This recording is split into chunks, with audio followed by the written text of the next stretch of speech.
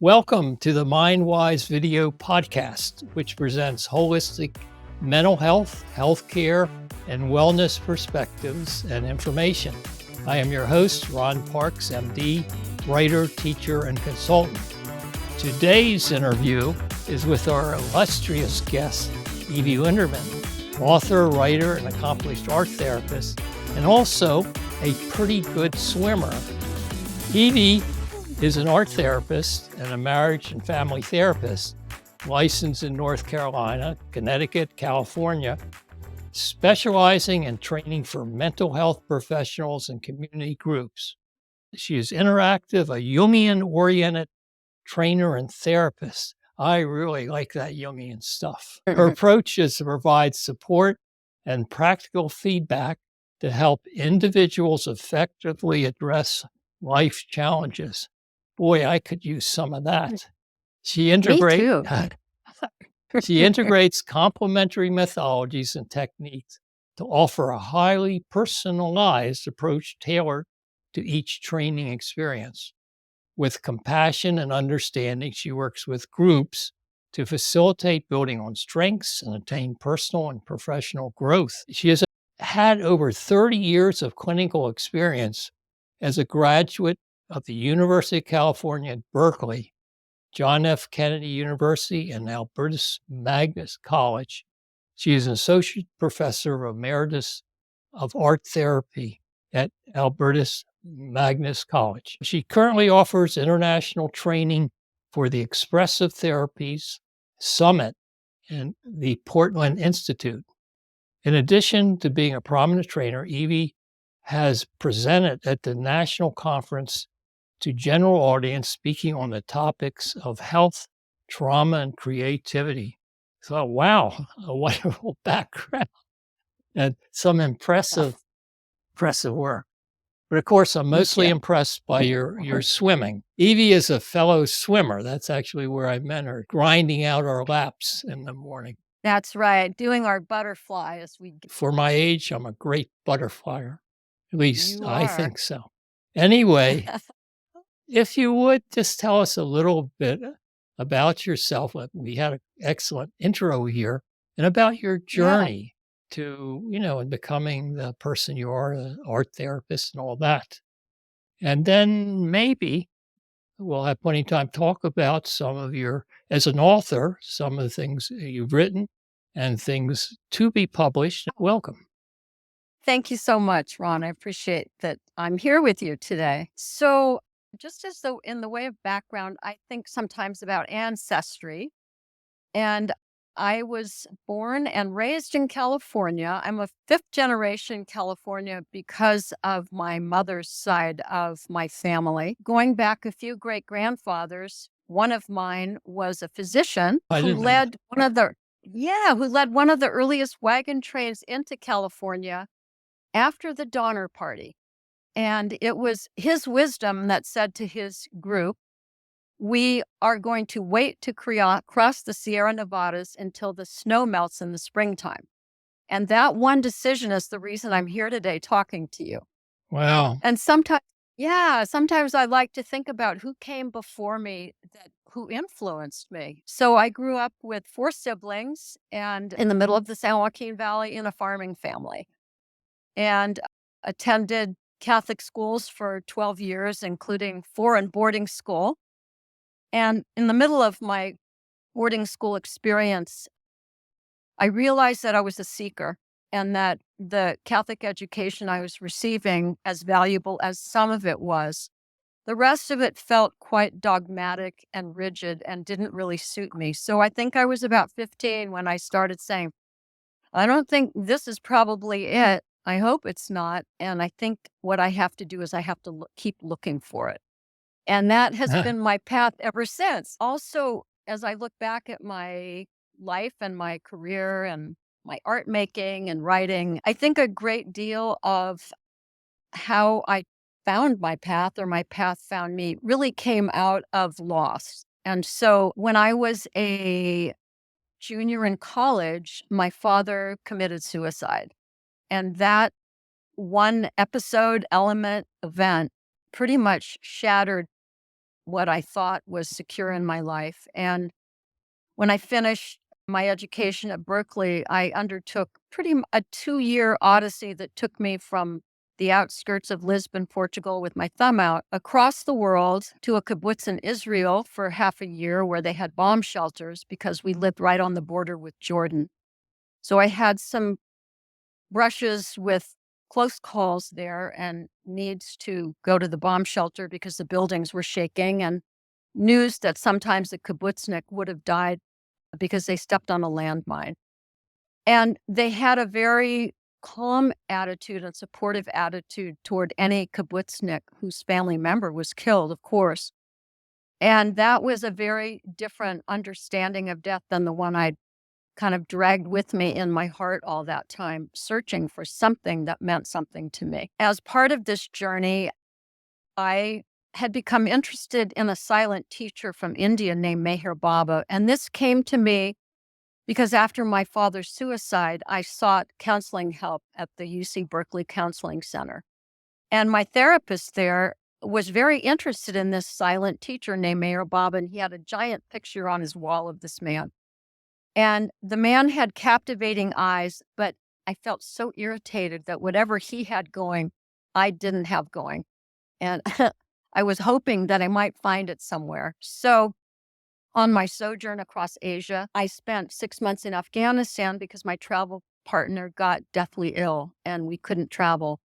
But it was there that I made some amazing connections with wonderful, wonderful people, both from Afghanistan and from the States, who took me in as family, including an Afghan family, a Jewish family, whose young son, Abraham, I was teaching in a private language school. And when this young boy wouldn't turn the light off in the classroom on a Friday evening, it was sort of not something that Afghan children would be to defy an adult. And he said, "No, I can't turn the light off." And I said, "Well, why can't you turn the light off?" And he said, "Because it's Shabbat." And with that, I think my mouth flew open. And I said, "Oh my gosh, I've come from living in Israel for 6 months." He said, "Then you must come home and meet my father." And so I went home with Abraham and met his father, Shmuel. And with that, we were adopted by this amazing Jewish family in Kabul. So as my travel partner recovered, I continued working as a language teacher, and I got a job as an illustrator of children's stories for the Department of Education of Afghanistan that had a partnership with Columbia University in New York City.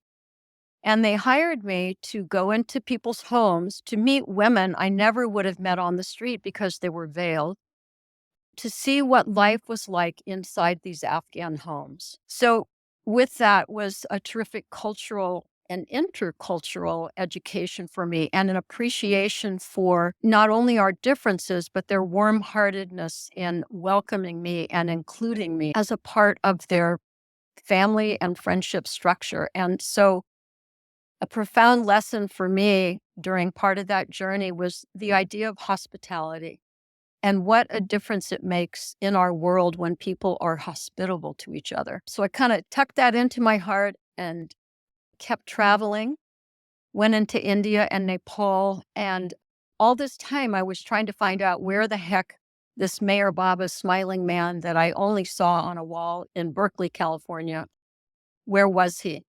So a few aerograms later, I actually found out where he was, and it turned out that he had died the year before. So his tomb, which was a sacred place of pilgrimage, was in India in the western part of the country. So a few hallucinogenic trips later, my search for God, was there any meaning in life? We finally, after a sojourn in Goa, where I met a woman from California who was a Meher Baba follower and had a book. And she gave me the book one afternoon. I read it from cover to cover and said to my travel partner, "We have to leave Goa tomorrow, even though it's paradise." So we took a steamer back to Mumbai and traveled onward. And while we were on that steamer, I had this thought that we should just dump all of our drugs overboard. I don't know why. And it just seemed like the right thing to do. the trips weren't getting any more fun and I didn't seem to be learning anything else. So we dumped everything overboard except for 2 tabs of acid, just in case this Meher Baba guy turned out to be a false teacher. So we just kept those tucked in our backpacks and went on and traveled on trains and buses. And we eventually landed in the place where Meher Baba had lived and where he was buried, and where his close disciples called Mandali lived. And meeting those people and sitting in Meher Baba's tomb was the absolute pivot point of my life. There were remarkable things that happened for me both inwardly and outwardly. And I think I felt for the first time, this is a deep kind of love that I've never seen manifested anyplace else. And with that, I got hooked on Meher Baba, and he has been my teacher ever since and informed my journey through graduate school and becoming a therapist and then becoming an art therapist. So that's a little bit of the story. Evie, how did all that turn into the book you've written? I know it's going to be published sometime soon. What is the title of it? It's called Rising from the Ashes. Ah, It's my memoir, and it's basically, in the last few minutes, what I've talked to you about is in that memoir. It's my spiritual pilgrimage story to finding something foundational and permanent, even with all the changes that life requires of us. wow. Yeah, It'll be something to look forward to. I hope you'll let us know when that's there. I will. I will. Thank you for asking. And I think looking back at my life and also kind of looking at young people and even older people now, what I'm aware of is every person on the planet is seeking some kind of meaning. Sometimes we look in silly, dangerous places like I did. Sometimes we look for it through orthodox religious practices. It can be, sometimes we find it swimming in a pool and doing butterfly. But the point is, we all search for identity and meaning, and I think being visible in the world. One of the gifts to me during my lifetime was actually my father's death, because the trauma of his suicide forced me in a way to look for meaning, to try to understand, was there any? And if there was, where was it? Well, it turned out all those thousands of miles I I put on with my feet and boats and trains and buses and airplanes. It turns out that yes. No, well, I was just going to say, a lot of my work, and I'm sure yours, centers around working with people with the themes of trauma, Yeah. grief, and so on. And I understand that you just had a book published, or at least a Oh, chapter in that book. You want to say yes, I a did. little bit Yeah, about that? let me just hold it up real quick. There it is. It's called Seasons of Grief. That's a It was beautiful just cover, published. by the way.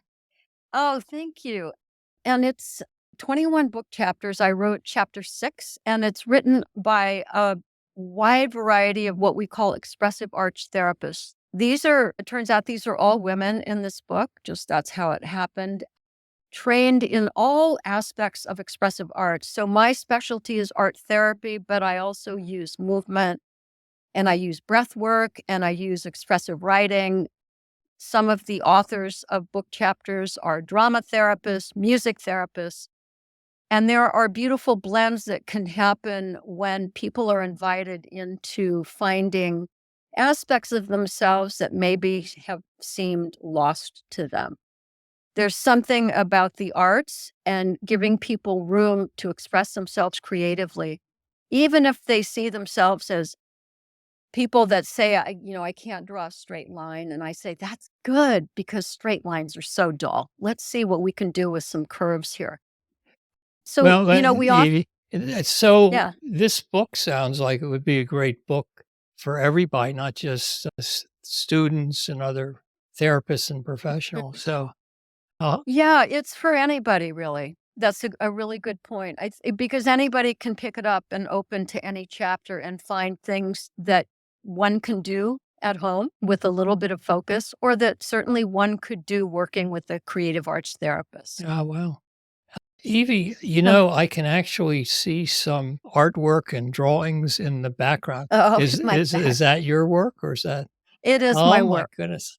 Most of it's my work, but those little scrolly ones are my wonderful grandchildren who love to make art. Oh, okay. So they've been making art since they were about 2, and they're now 10, 8, and 5, and they're wonderfully creative. So we spend a lot of time together making stuff. Well, very good, and you had some tips and pearls for us. Now you're not gonna pick on my swimming though, are you? No, go ahead. Well, if you want me to, I No, will. I can't take criticism. Uh, I am very affirmed that we can all heal from things. Some of us have had more difficulty in life, some of us have had less, but I think every human is seeking inner connection and outer connection. And there's a great deal of loneliness in the world. I think, particularly in the Western world, because we function so independently, we have trouble asking for help. The pandemic came, and we got cut off from each other, and we realized how desperate we were for our connections. So what I know from my own experience is that when I pick up my pen or I pick up my art materials and I put them on paper, something magical can happen because those elements of expression spring from within. And it's not just a question of creating a piece of art. I've done much art, mostly printmaking in my life, and it's pretty much all over my house. But it comes from being willing to take a look at what you've done and letting the art speak back to you. So when we make things, Carl Jung always said it's kind of a sacred enterprise. And he always liked his clients to take their artwork home. And he said, look at it, listen to it, let it speak to you, dance it, make music out of it, create a song, do something with what has sprung out of your inner being. So what I would say is when we practice some of these practices, there's a world that can open up. And it is a world of, I would say, mystery and healing and creativity. And I've had so many people say to me in art therapy sessions. In fact, I conducted an art therapy session last week with a group of Ashevilleans who are both art oriented and have various kinds of mental illnesses they're struggling with.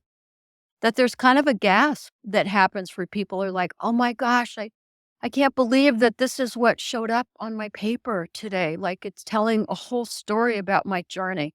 So there are those surprises that happen for people that I really consider mystery and magic. Evie, it's been so wonderful to catch you in an interview. Yeah. Is so much really good things. Any parting major tip you have that would improve all our lives? Or Wow. I would just say if you're someone that's seeking for meaning, keep looking because it's not only out there, it's also within you. And not to be discouraged when you experience states of loneliness or isolation or desperation, that there's always help. And some of it comes from out here, from people like Ron. And some of it comes from tapping into our depth sources within each of us. We all have it. I've asked Evie this before, but I'm a big proponent fan of journaling and especially Mhm. first thing in the morning reflection Mhm. journaling and dream journaling. I love my Jungian background, love dream work. So, but I said to Evie, I said, maybe I need to start sketching a little picture with it, or maybe even Oh, capture some of the elements. oh, that's a wonderful idea. So that reminds me. So, if you're a person who remembers your dreams, what Ron is suggesting is a fantastic practice. So, dreams tend to slip away if too much time passes between when you awakened and when you go about maybe a busy day. So, it's good to capture it early. And sometimes maybe it's just an image like there was a red umbrella, it was floating in the water. A boat came by. There was somebody in it, but I wasn't sure who it was. And then there was somebody on the shore that was waving to the person in the boat. Those are great images to capture. And sometimes you can just take a pen and do a little bit of sketching if you like to sketch, or just some abstract designs that somehow help you understand the flow of the dream. So those things that appear in dreams are fantastic little keys to parts of who we are, and they're worth mining by expressing them in writing and in visual art making. And you can get that red umbrella to talk back to you. That's the beauty of making art. Sometimes our artwork and our writing they want us to know so badly about themselves, and those selves that show up as the boat, the person, the umbrella, the person waving on the shore, they're all parts of who we are. Evie, that's fantastic. But, I always have to get the last word in. But I was just going to mention. Oh, go ahead. Okay. Dream work, early morning journal isn't really all about remembering a dream. And actually, you might just remember a line or an image, and you can reflect on that. But it's also, this is a period coming out of what we call REM sleep, where you're gradually transitioning into wakefulness. So during that period, your mind is free. It's not sort of bound up in trying to do things, organize things like your left brain, but it's really open. And you can capture those thoughts. And even if you don't remember a dream, you can reflect on those, because, boy, that's where some really creative things come. Anyway, I'll stop. My wife always says I'm always very quiet, but when I start talking, I talk too much. I think you've been quite disciplined today, Ron. I was very good. I didn't have any of my matcha green tea. So anyway, good. All right. You take care. And thanks so much, Ron. I appreciate your interest. Your ideas and comments are welcome. Please share with others. Subscribe to my Substack newsletter and podcast at www.inmindwise.com. All content is created and published for educational purposes only and should not be considered as a substitute for professional or medical services or guidance. Always seek your healthcare provider's care regarding medical or mental health conditions. This communication is not intended to provide medical diagnosis, recommendation, treatment, or endorsement. Thank you.